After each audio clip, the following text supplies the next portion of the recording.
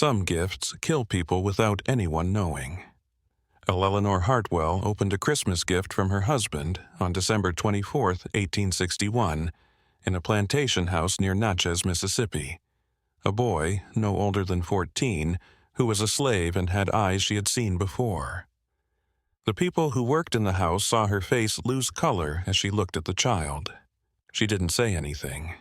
She stayed still. She stood still in the parlor for 3 full minutes while the boy looked at her with confusion and something else. Acknowledgement. What her? No one in that room could have known, but Eleanor had given birth to a son 15 years earlier.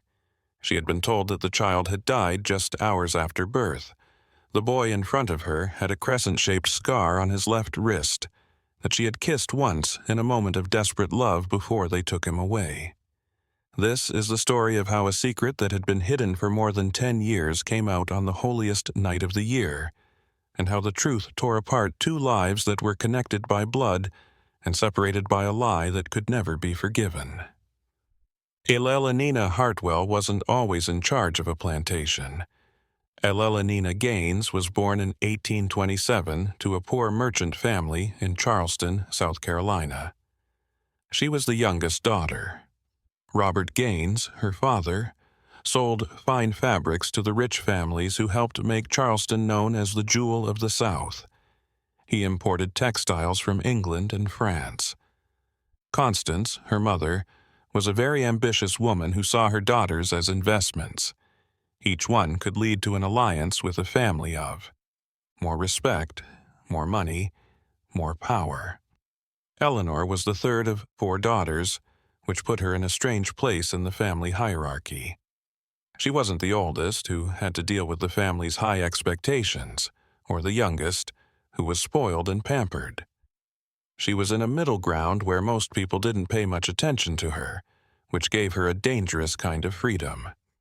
Eleanor spent hours in her room while her sisters practiced their sewing and learned the names of eligible bachelors, reading books in her father's library that she wasn't supposed to.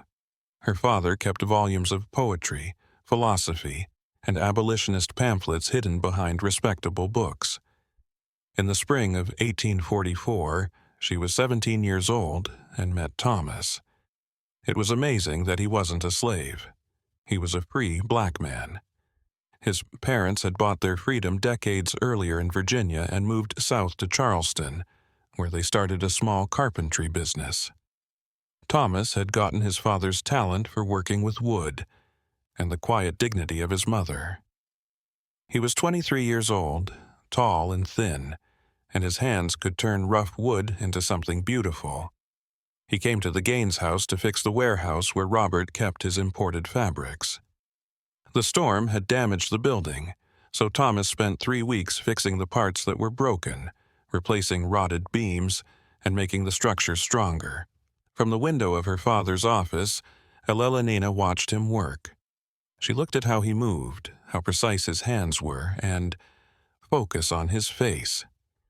She told herself that she was just curious and that there was nothing wrong with watching a craftsman work. But her curiosity turned into something else. She started making up reasons to walk by the warehouse, like bringing him water on hot afternoons or asking him questions about his work. At first, Thomas was polite but distant. He knew that any interaction between them could be dangerous, but Eleanor kept trying, and eventually he let his guard down. They started talking about books, about the city and the world outside of Charleston. Eleanor was amazed and impressed that Thomas had taught himself how to read. He didn't talk about freedom as an idea. He talked about it as something real that he had tasted and would never give up. Their relationship started in June. It was foolish, impossible, and unavoidable. They met in secret in the warehouse after dark, and in the gardens behind the house when the family was not home. Eleanor was aware of the dangers. She had heard stories about white women who had fallen and been destroyed, who had been thrown out of society for less serious crimes. But she was 17 and in love, and she thought, as young people do, that love could overcome the harsh realities of the world they lived in. She knew she was pregnant by August. It took a while for the truth to sink in, but then it all hit at once. The way her body felt strange to her, the nausea and the mist. She told Thomas, and she saw fear flash across his face, but he quickly hid it. They talked about running away, heading north, and starting over in a place where no one knew them. They knew them, but Thomas knew the truth that Elena was just starting to figure out. They couldn't live openly in America, where their child would be safe and they wouldn't be hunted. Eleanor's mother found out the truth before they could decide what to do. Constance had always been observant, and she noticed how her daughter was changing. The power, the secrecy, and how Elena's dresses were starting to fit differently. She went into Eleanor's room and confronted her. One night in September, Eleanor, who was tired of keeping the secret, told the truth. What happened next was quick and brutal. The next day, Robert Gaines confronted Thomas in front of witnesses and said he had stolen something. It was a lie, but it was a lie that people would believe. Thomas was taken into custody, held for 3 days, and then let go with a warning. Get out of Charleston or else. That night, he left. Eleanor never saw him again. She didn't know if he had tried to get in touch with her, thought about her, or even known. What happened to their kid? Her parents made sure she would never know. In October, Elena was sent to a distant cousin's estate in rural Georgia, far from Charleston and anyone who might know her. Abigail Brennan, the cousin, was a widow who ran a small plantation with the help of an overseer and a dozen enslaved workers. She was a cold, practical woman who looked down on Elena's situation, but she agreed to let her stay with her for a fee. Eleanor was there for the next 6 months, a kind of purgatory, stuck in the house, not allowed to talk to anyone outside of the family, waiting for the pregnancy to end. On a cold night in March 1845, the work began. Eleanor was the only person there except for Dinah, an enslaved woman who worked as the plantation's midwife. Dinah was in her 40s. Her hands were strong, and her face didn't show anything. She had delivered dozens of babies, both white and black, and she did the job with the same cool efficiency that she did everything else at work. It took 14 hours to give birth. Eleanor screamed until her voice gave out, held on to the bed sheets until her knuckles turned white, and begged for it to end. When the baby finally came, Dinah caught him in her hands, wiped the blood off his face, and held him up so Elena could see him. He was small, only 6 pounds, had dark skin, and a lot of black hair. When he opened his eyes, they were gray. The eyes of Elena.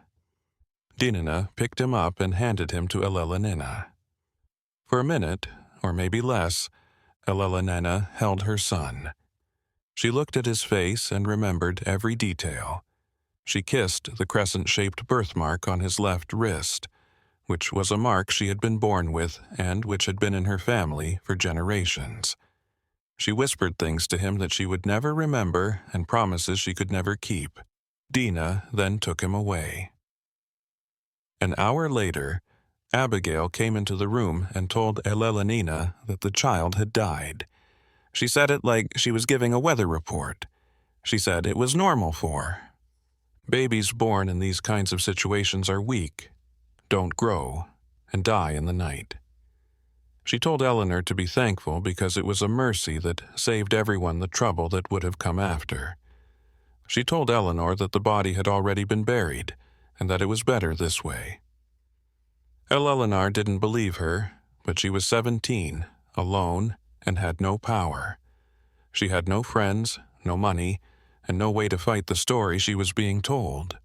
She stayed in bed for 3 days, looking at the ceiling, feeling the empty space where the baby had been. She was a different person when she finally got up. The girl who had loved Thomas and thought there was a chance for a better life was no longer there. There was a woman there instead who knew that the world wasn't nice, that love wasn't enough, and that to stay alive you had to give up something. In April, she went back to Charleston. Eleanor's parents told their friends that she had been visiting family and was getting better from a minor illness. No one doubted the story. Eleanor went back to her place in the house, went to social events, and smiled when it was right. She didn't talk about Thomas, the baby, or the months they spent in Georgia. She buried it so deep that for years after, she almost thought it had never happened. But the body remembers things that the mind wants to forget. Eleanor met William Hartwell in the fall of 1847. He was 42 years old and a widower. His first wife had died in childbirth 3 years earlier, leaving him with a plantation to run and no children to inherit it. Get it. He wasn't good-looking. His face was too harsh and his manner too rude. But he was rich, respectable, and needed a wife. Eleanor's parents saw a chance. They set up an introduction, pushed the courtship, and made it clear to Eleanor that this was her chance to make sure her future. In December, Eleanor said yes to his proposal. She didn't love him, but she knew that love was something she couldn't afford. William offered stability, safety, and a life far away from Charleston, and the ghosts that haunted her there. In February 1848, they got married in a small ceremony with both families present. Eleanor's white dress felt like a shroud. Hartwell Plantation was on a bend in the Mississippi River, 10 miles outside of Natchez, Mississippi. The house was big and white, with wide verandas and oak trees with Spanish moss hanging from them all around it. There were 2,000 acres of cotton fields behind the house, and more than 100 enslaved people worked there. It was its own world, cut off from the rest of the world, isolated and ruled by William's strong will. It was clear what Eleanor's job was. She was in charge of running the house, overseeing the domestic staff, hosting dinners and other social events, and giving William children, preferably sons. She did these tasks with the same detached efficiency she had learned in Georgia. She learned the names of the slaves, but she didn't let herself get to know them. She learned how to give orders, keep order, and ignore the cruel things that happened every day at the plantation. The plantation's daily work. In November 1850, she had her first daughter, Catherine. The labor was easier this time, and the baby was healthy. He had William's dark hair and Eleanor's gray eyes. William was let down. He wanted a son, but he accepted the child with a kind of resigned patience.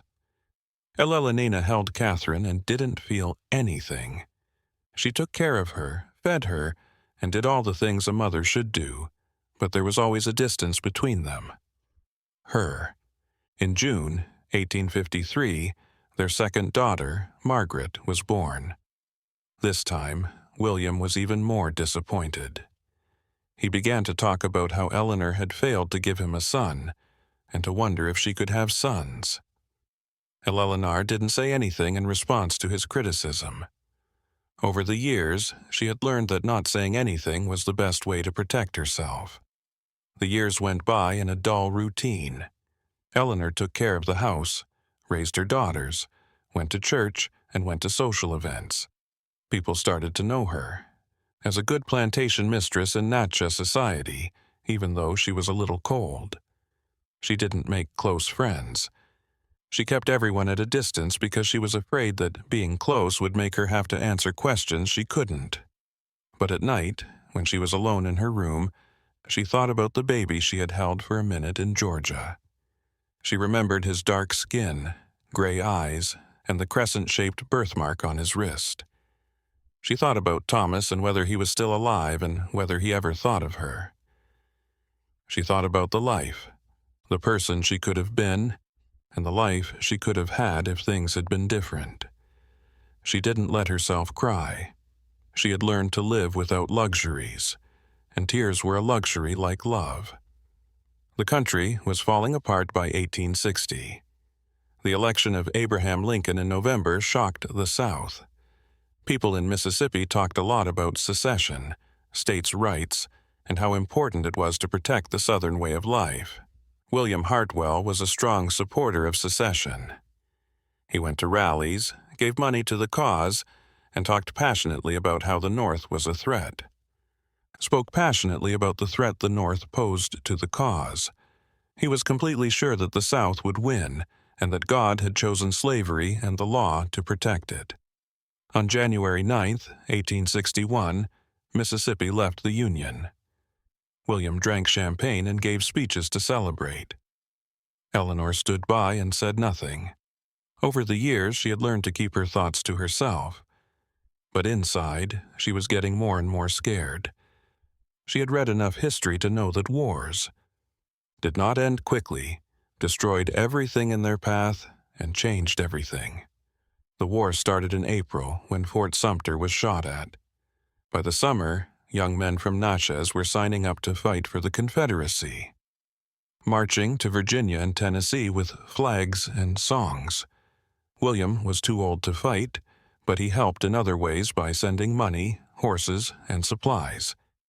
He often talked about how right the cause was and how important it was to protect Southern honor. Eleanor didn't say anything, but she started to see changes on the plantation. The slaves were quieter and more alert. People were talking about Union troops moving through the area, slaves escaping to Union lines, and a world that was turning upside down. William reacted by being stricter, giving harsher punishments and tightening his grip on things. Eleanor didn't say anything.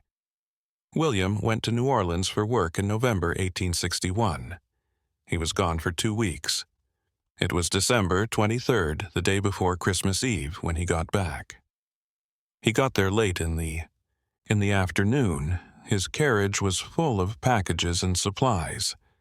He was in a good mood because his trip had gone well. He had sold a lot of the plantation's cotton at a good price, made deals for the next year, and bought gifts for his family. There was a boy among the gifts. On Christmas Eve, William brought the boy to Eleanor in the parlor in front of the staff and their 2 daughters. He had wrapped the boy's bill of sale in holiday paper as if he were a piece of jewelry or a toy. He smiled and gave Eleanor the package, obviously happy with himself. He said, "I thought you could use another servant in the house. Samuel is a highly recommended boy. He has been trained in general service and kitchen work." Eleanor took the package with numb fingers. Her hands shook as she slowly unwrapped it. There was a legal document inside, a bill of sale from a trader in New Orleans. The paper said that the boy's name was Samuel, who is about 14 years old, can do housework and cook. He has a crescent-shaped scar on his left wrist that sets him apart. Eleanor's sight got worse. The letters on the page became fuzzy. She looked up and saw the boy in the corner of the room for the first time. He was tall for his age, thin, and had dark skin and sharp features. He had short hair. His clothes were clean, but they were old. He stood with his hands together in front of him and his eyes down, the way someone who had learned to hide himself stood. But when Eleanor looked at him, he looked up and their eyes met. Her eyes were gray. Eleanor could feel the room tilt. She held on to the edge of the table to keep steady. The face of the boy. She knew that face well. She saw her own face in the shape of his nose and the line of his jaw. She could tell Thomas was there by the way he held himself and the way his shoulders were set.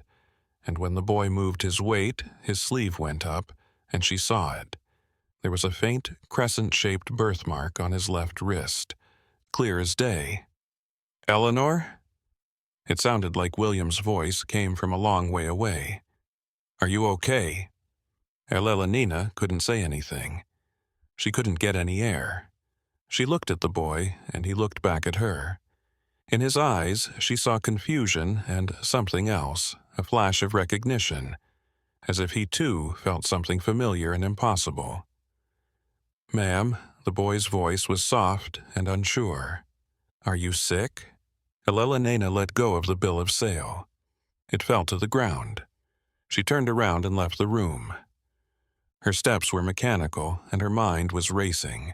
She heard William's voice behind her, annoyed and confused, asking what was wrong. She didn't say anything. She walked through the house, up the stairs, and into her bedroom, where she shut the door. She stood in the middle of the room, her heart racing and her breath coming in short bursts. The boy was still alive. Her son was still alive. He was alive after 16 years, even though he had thought he was dead for most of his life, mourned him in secret, and carried the weight of his loss. And he was here, in her house, owned by her husband, and standing in her parlor like a piece of furniture. Elena fell to the ground because her legs gave out. She put her hands over her mouth to stop the noise that was coming from her throat, a sound that was part sob, part scream, and part something she couldn't name. She had spent 16 years learning how to deal with the death of her son. She had built her life around that loss and shaped herself around the fact that he was no longer there. And now, in an instant, she had lost everything she had. Everything she had believed turned out to be a lie.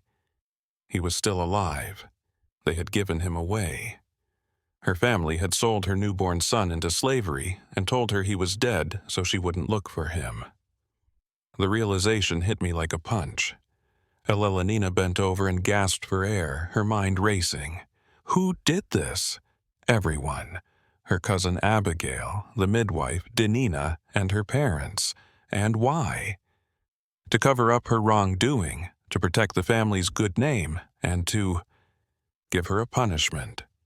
And did the boy Samuel know? Did he know who she was? Or had someone told him a lie to keep them apart like she had been told? That night, Elena did not sleep. She lay in bed, staring at the ceiling, and her mind was racing.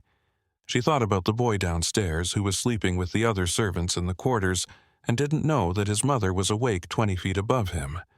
She thought about all the time they had lost, all the times that had been taken from them. She thought about the situation's impossibility. He was her son, but he was also hers. She was both his mother and his owner.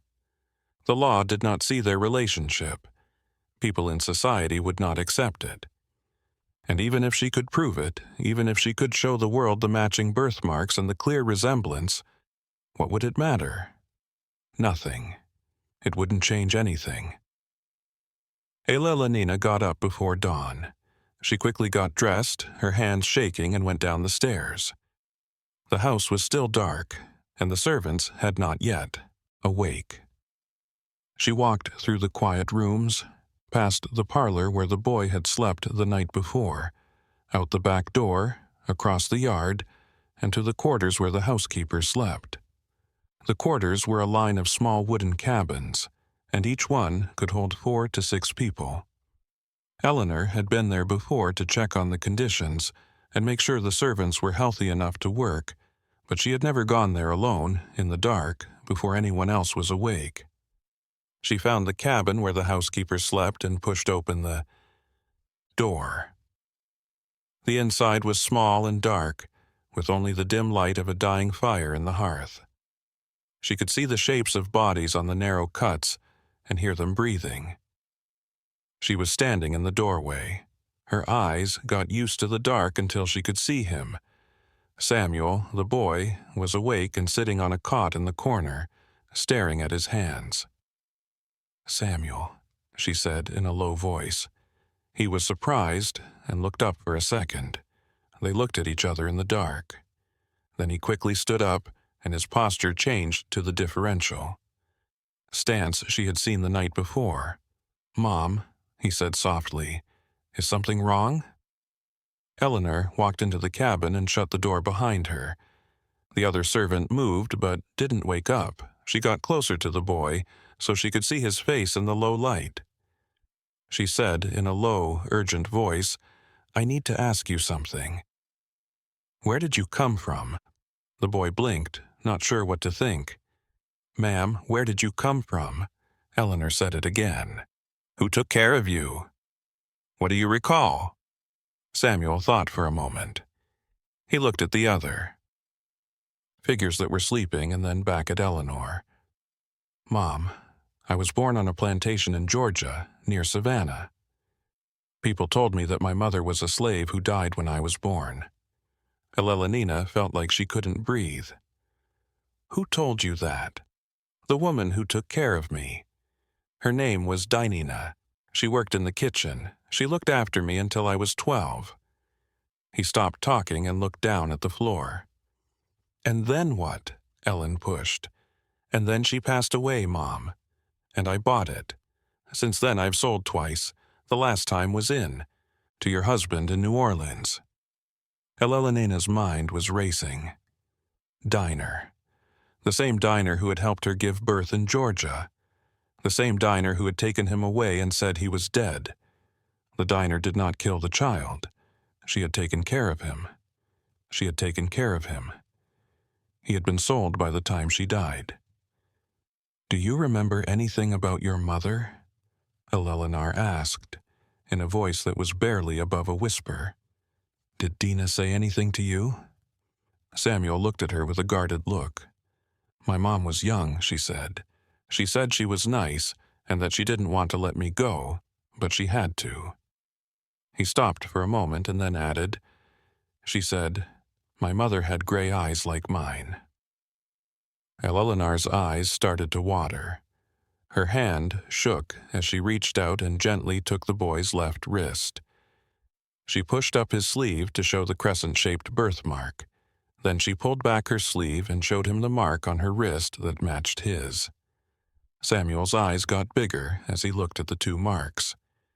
He looked up at Eleanor, his face showing both confusion and the beginning of understanding. Eleanor whispered, I'm your mother. I had you 16 years ago in Georgia. They said you were dead. I trusted them. I cried for you. But you were still alive. You were alive the whole time.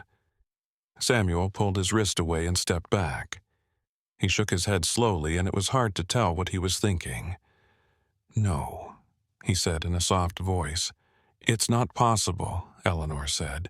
It is, she said. Look at the marks. Look at my eyes. You're my son, Samuel. Samuel kept shaking his head.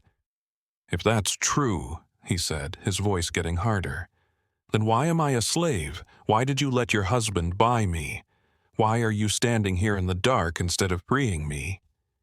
Eleanor opened her mouth to answer, but no words came. The boy was right. If she was his mother and truly cared about him, why had she done nothing? Why had she let him stay a slave to serve her? To sleep in this cramped cabin with strangers? I don't know, she said. Finally, her voice broke. I only realized last night when I saw you. I didn't know you were alive. I thought you were dead. But you know now, Samuel said. And I'm still here, still a slave. Eleanor felt the weight of his words like a physical blow. She wanted to explain to make him understand the impossibility of her situation, the constraints she operated under.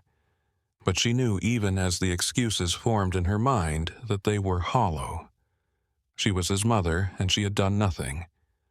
I'll find a way, she said in a desperate voice. I'll find a way to free you, I promise. Samuel looked at her for a long time, his gray eyes filled with something that looked like pity. Don't make promises you can't keep, Mom, he said quietly. Then he turned away and lay back down on his cot, his back to her. Eleanor stood there for a moment longer, her heart breaking. Then she turned and left the cabin, walking back across the yard to the big house as the first light of dawn began to break over the mountains. The horizon. In the days that followed, Eleanor became obsessed with uncovering the truth. She needed to know exactly what had happened, who had been involved, why they had lied to her. She began writing letters to her cousin Abigail in Georgia, to anyone who might have known Dina, to the slave traders who had sold Samuel. Most of her letters went unanswered. Those that did receive responses were vague, evasive, or outright hostile. Abigail wrote back once a brief cold note that said only, "The matter was handled appropriately at the time. I think you should not think about the past too much. There's no point." Elelena wanted to scream, "Handled properly," as if her son were a problem to be solved, a mess to be cleaned up. She wrote back asking for details, names, and who had decided to sell her child. Abigail did not respond. Elelena tried a different approach. She began questioning Samuel carefully, indirectly, piecing together the fragments of his life. She learned that Dinah had been kind to him, protected him as much as she could within the brutal confines of plantation life. Dinah had taught him to read in secret using a Bible she had somehow acquired. She had told him stories about his mother, stories that Elelena now realized were true or close to true. She said, "My mother loved me." Samuel told her one afternoon when Elelena had found him alone in the kitchen. She said, "My mother held me and cried when they took me away. She said my mother didn't want to give me up." Elelena felt tears. "That's true," she said softly. "All of it is true." Samuel's face was blank. "Then why did you?" "I had no choice," Elelena said. "I was 17. I didn't have any power, money, or way to fight them. They said you were dead, and I believed them because I had no reason not to." "And now," Samuel asked, "do you have power now? Do you have a choice?" Eleanor wanted to say yes. She wanted to tell him that she would find a way, that she would free him, that they would be a family. But she knew the truth. William controlled everything: the money, the property, the legal documents. She had no independent resources, no way to purchase Samuel's freedom without William's knowledge and consent. And William would never consent. He would see it as a betrayal, a violation of the natural order.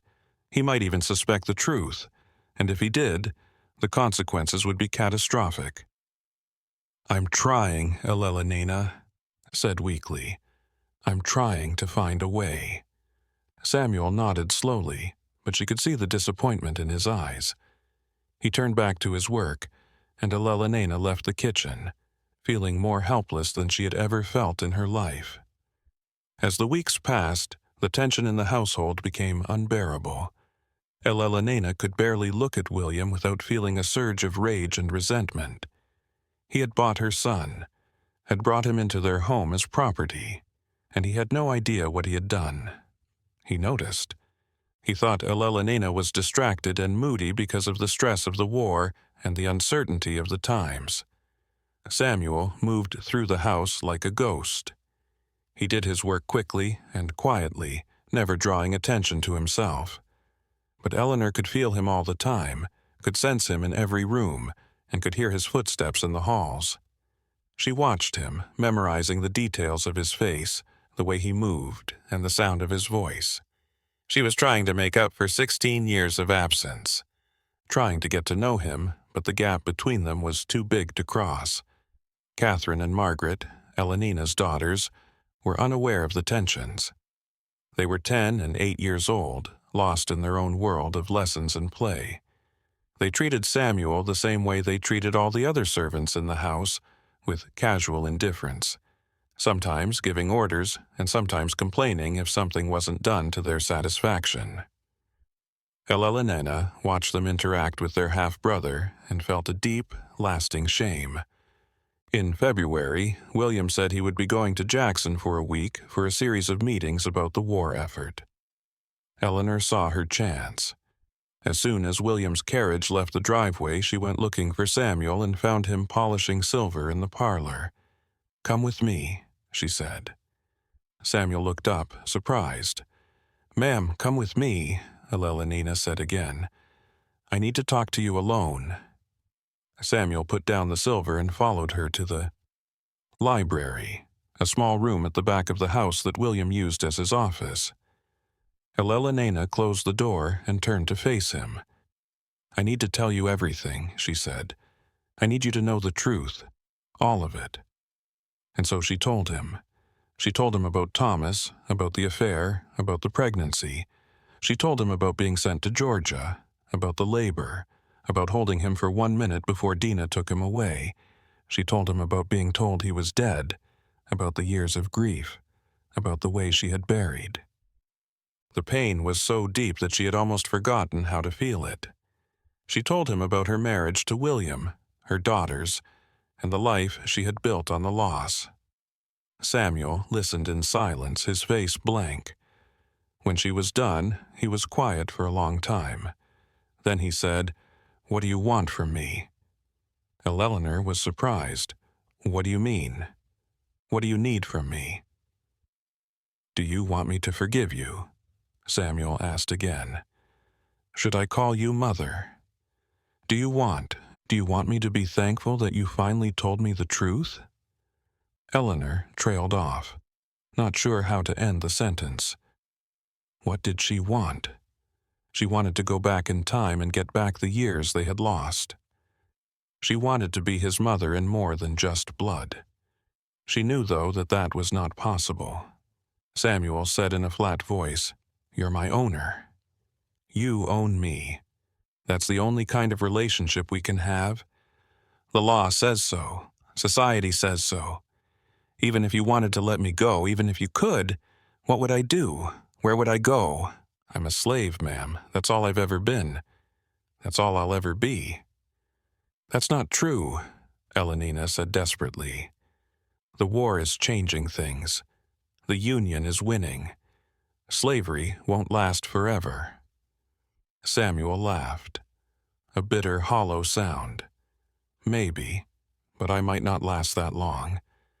And even if I do, even if I survive, even if I'm freed, what difference does it make?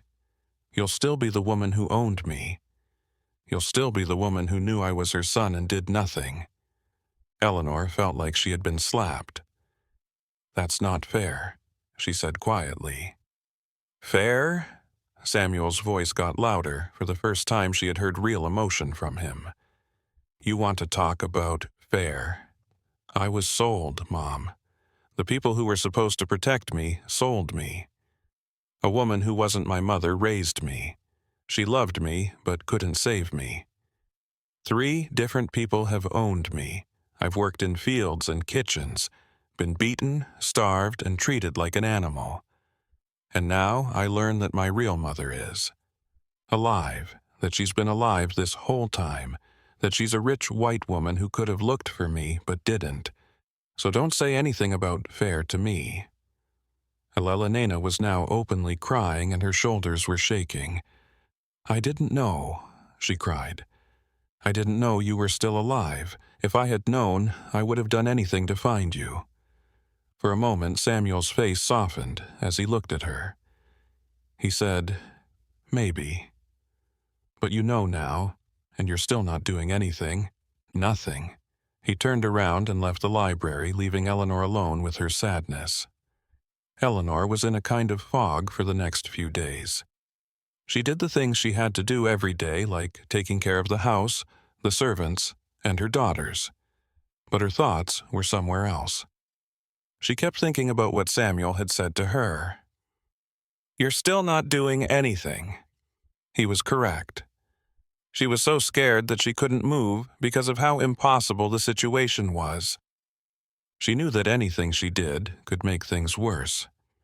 But not doing anything was also a choice, and that choice was killing her. She started to think about what she could do. She could try to talk William into letting Samuel go, but she knew he wouldn't.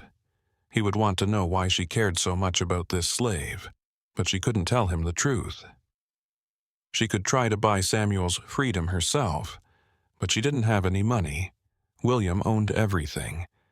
She could try to help Samuel get away, but the risks were very high. He would get in a lot of trouble, maybe even die, if he got caught. And if it were found out that she had helped him, she would face legal trouble, be shunned by her friends, and maybe even go to jail. But if she did nothing, She would have to watch her son live as a slave, serve her, and see the distance between them grow every day. It meant knowing that she had let him down 2 times. Elelena made a choice. She couldn't let Samuel go, not. She could give him something else, but not legally. She could tell him the truth about his dad. She waited for William to get back from Jackson before the family went back to its normal routine. She went back to Samuel's cabin one night. This time he was alone on his cot, reading a small, worn Bible that Dinah had given him. "Samuel," she said softly, and she knew. He looked up, and his face was wary. Elelena said, "Ma'am, I want to tell you about your father." Samuel put the Bible down and closed it. Okay. Eleanor sat on the edge of the cart and kept her distance out of respect. She started by saying his name was Thomas. He was a free black man who worked as a carpenter. He was smart, brave, and kind. He learned to read on his own. He believed in justice, freedom, and the chance to make the world a better place. I loved him. I loved him more than I've ever loved anyone else. She told Samuel everything she could remember about Thomas, how he smiled, how he talked, and how his hands moved when he worked with wood. She told him about their talks, their dreams, and their plans to run away together. She told him about the day Thomas was arrested, the day he had to leave Charleston, and how she had never seen him again. Elelena's voice broke as she said, "I don't know if he's still alive. I don't know if he ever knew about you, but I want you to know that he was a good man and that you come from goodness, even if the world has tried to tell you otherwise." Samuel was quiet for a long time. "Thank you," he said. Elelena nodded, tears streaming down her face. Samuel stopped her as she was about to leave. "Ma'am," he said. He had never called her by her name before. Eleanor. She looked back at him. He said softly, "I don't forgive you. I can't do it, not yet, not ever, maybe, but I trust you. I think you didn't know. And I think you loved him, that's something." Eleanor nodded but couldn't say anything. She left the cabin and walked back to the house, feeling something change inside her. It wasn't forgiveness or redemption, but it was a start. The war was no longer just an idea in March 1862. Union troops were moving through Tennessee and heading toward Mississippi. There were reports of fights, towns being taken over, and plantations being set on fire. The slaves were restless because they knew that something was about to happen. Some had already run away, disappearing into the night and heading toward Union lines. William was getting more and more upset. He spent his days reading maps and newspapers, complaining about Union aggression and the need to protect Southern honor. He made the plantation safer by hiring more overseers and making punishments for disobedience harsher. Elelena watched as things got worse and worse with growing fear. A Union cavalry unit went through the area in late March. The small group of scouts was a small force, but their presence shook the area. They didn't attack Hartwell Plantation directly, but they set fire to 2 barns on a nearby estate and freed a number of enslaved people. Barns on a nearby estate and freed a number of enslaved people. William was very angry. He got the plantation owners in the area together for a meeting. They talked about making a militia, increasing patrols, and taking stronger steps to stop escapes. Elelena saw a chance because William was too busy with the war to notice what was going on. Samuel might be able to get away. One night, when no one else was in the kitchen, she went up to him. She said softly, "The Union troops are close." Now, if you wanted to leave, Samuel looked at her, and his face was blank. "You're telling me to run? I'm telling you that you have a chance." Elelena said, "I can't legally free you, but I can look the other way." Samuel was quiet for a moment before saying, "Why now? Why do you suddenly want to help me?" Because I've been a coward, Elelynina said. Because I've let fear control me. Because I haven't done anything, and doing nothing is the same as being guilty. Samuel, I can't change the past, but I can give you a future. Samuel looked at her face, looking for something. Maybe honesty or bravery. Finally, he nodded. Okay, he said. I'll go, but not yet. I have to wait for the right time. When? Eleanor asked. I'll know, Samuel said. Eleanor wanted to argue and tell him to leave right away, but she knew he was right. Timing was everything. She nodded and left the kitchen with her heart racing. 2 weeks later, on April 10th, there was another Union raid, this time bigger and more violent. A full regiment went through the area, burning supply depots, freeing enslaved people, and fighting with Confederate militia. Hartwell Plantation wasn't directly attacked, but there was a lot of chaos. William and the overseers were busy trying to secure the property to keep the enslaved workers from fleeing. In the chaos, Samuel disappeared. Elelynina noticed right away that he was gone. She had been watching him all the time, waiting for this moment. When she realized he was gone, she felt a surge of relief followed quickly by fear. She knew what would happen when William found out about the escape. He would organize a search party and send men with dogs to find Samuel. She had to buy him time. She waited until evening, when the household had settled down, to tell William that she had not seen Samuel. William hadn't seen Samuel all day. He was tired and distracted, so he waved off her concern. He's probably hiding somewhere, he muttered. They're all scared right now. He'll turn up. But the next morning, when Samuel still hadn't shown up, William realized the truth. He got angry and yelled orders, demanding that the overseers organize a search right away. Eleanor watched with her heart in her throat as men mounted horses and rode off in all directions, dogs barking in the distance. They searched for 3 days and found nothing. Samuel had disappeared. William was furious, but there was nothing he could do. The war had caused too much chaos and too many chances to escape. Samuel was gone and would not be back. Elelynor felt a mix of emotions: relief, grief, hope, and despair. She didn't know if Samuel had made it to Union lines, been captured, or died trying to escape. She would never know, but she had given him a chance, which was more than she had done before. The months that followed were difficult. The war continued to rage, and the South was losing. By the summer of 1863, Union forces had taken control of much of Mississippi. Hartwell Plantation was occupied briefly, the house searched, supplies confiscated. William was arrested for a time, accused of supporting the Confederate cause, but he was eventually released. The plantation was in ruins, the fields untended, the enslaved workers freed by Union decree, the house falling into disrepair. Elelynina's daughters, Catherine and Margaret, got yellow fever in the summer of 1873. They both died within days of each other. Elelynina buried them in the family plot next to the graves of William's first wife and infant son. She felt numb and hollow, as if she had no more grief to give. William died of a stroke in 1868.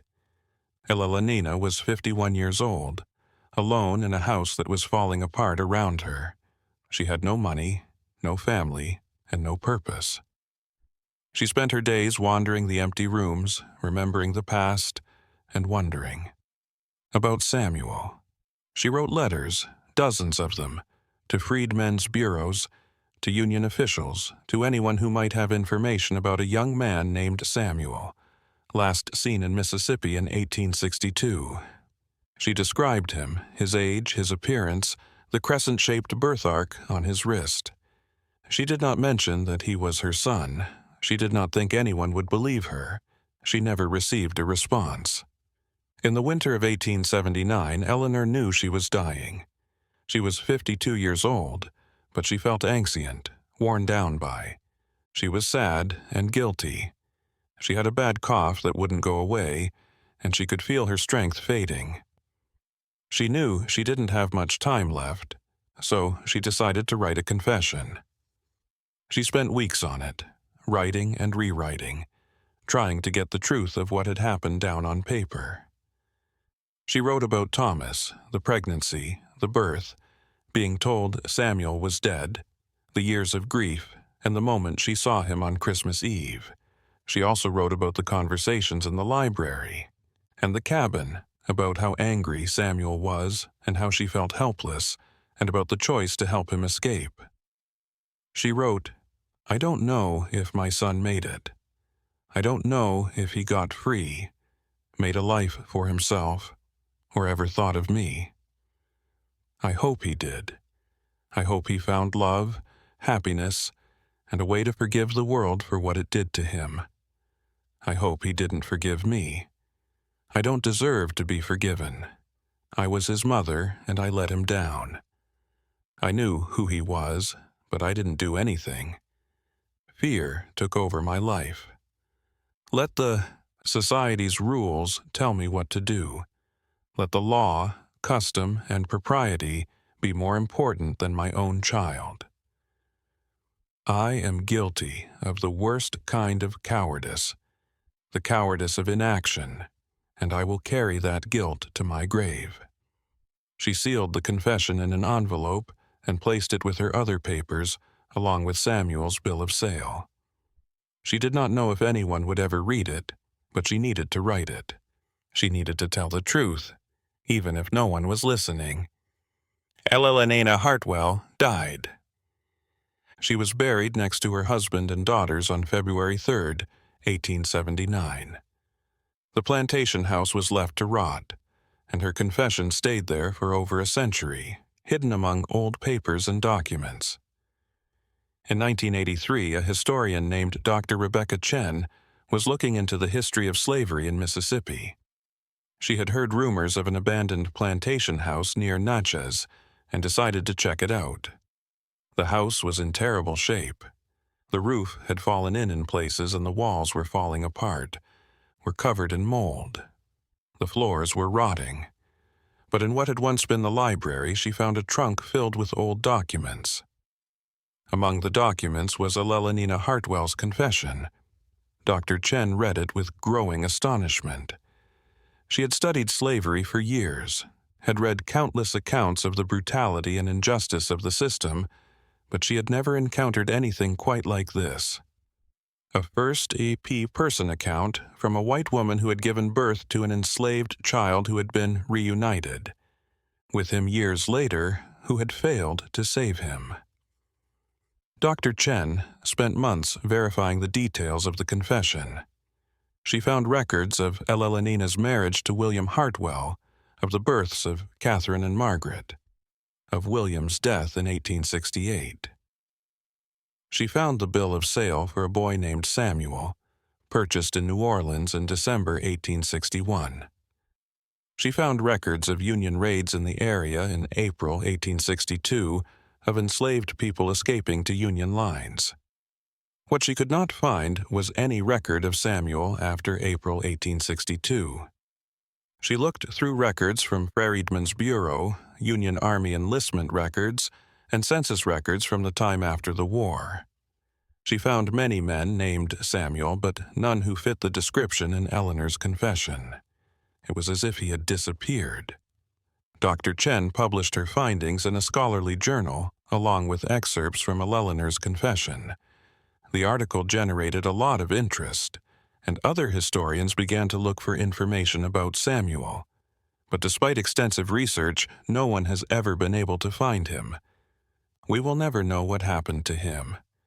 Did he make it to Union lines? Did he join the Union Army like many formerly enslaved men did? Did he survive the war? Did he build a life, find a family, and live to see the end of slavery? Or did he die trying to escape, his body lost in the Mississippi wilderness, his story lost to history? The story of Eleanor and Samuel is not unique. Throughout the antebellum South, thousands of children were born of relationships between white women and black men, or white men and enslaved women. Many of these children were sold, their parentage erased, their identities stolen. Families were torn apart by design, by law, by a system that valued property over humanity. Elelenena's confession is one of the few surviving documents that captures this horror from the perspective of someone who was both victim and perpetrator. She was a victim of her family's cruelty, of a society that gave her no power, no agency, no choice. But she was also a perpetrator. Black men or white men and enslaved women. Many of these children were sold, their parentage erased, their identities stolen. Families were torn apart by design, by law, by a system that valued property over humanity. Elelenena's confession is one of the few surviving documents that captures this horror from the perspective of someone who was both victim and perpetrator. She was a victim of her family's cruelty, of a society that gave her no power, no agency, no choice. But she was also a perpetrator. She owned slaves and profited from their work. When she finally had the chance to save her son, she hesitated because she was scared. Her story raises uncomfortable questions. Can we forgive someone who was part of an evil system, even if they were also a victim of that system? Can we separate Elelenena's love for her son from her failure to act on that love? Can we understand her choices without excusing them? These are questions without easy answers, but they are questions we must ask because the legacy of slavery is not a distant historical fact. It is a living reality woven into the fabric of American society, shaping our laws, our institutions, our understanding of race and power and justice. Elelenena Hartwell received her son as a Christmas gift, and in doing so, she was forced to confront the full horror of the world she lived in. She could not save him. She could not undo the damage that had been done. All she could do was tell the truth and hope that someday someone. We are listening to Eleanor's confession, Samuel's silence, and the voices of the thousands of people whose stories were erased, whose lives were stolen, and whose humanity was denied. We are listening and trying to understand and do better because that's all we can do. We can't change the past, but we can learn from it. We can honor the memory of those who suffered and promise to build a world where no mother is ever forced to choose between her child and her survival, where no child is ever sold, where no human being is ever treated as property. That is the lesson of Elelenena and Samuel. That is the legacy they left behind. And that is the responsibility we carry forward. Stories like Elelenena's force us to confront uncomfortable truths about the past. Truths that are often hidden, sanitized, or forgotten. If you found this account as haunting as I did, consider subscribing to this channel. We uncover the darkest corners of American history, the stories that textbooks leave out, the voices that were silenced. There are more stories like this one waiting to be told. Don't miss them. The house still stands, though it is barely recognizable now. The columns have crumbled, the verandas have collapsed, the oak trees have grown wild. Locals avoid the place, saying it has an unsettling atmosphere. Some claim to hear footsteps in the empty halls to see shadows moving in the windows, but these are only stories, the kind that grow around places marked by tragedy. The truth is simpler and more terrible. Elelenena Hartwell received her son as a Christmas gift, recognized him, loved him, and lost him. And somewhere in the chaos of 1862, a boy named Samuel walked away from the only mother he would ever know, carrying with him a truth that changed nothing and everything. His fate remains unknown, but his story and Elelenena's endures, a reminder of the countless lives destroyed by slavery, the families torn apart, the bonds broken, the love that was never strong enough to fight the cruel machines of oppression. We remember them and tell their stories,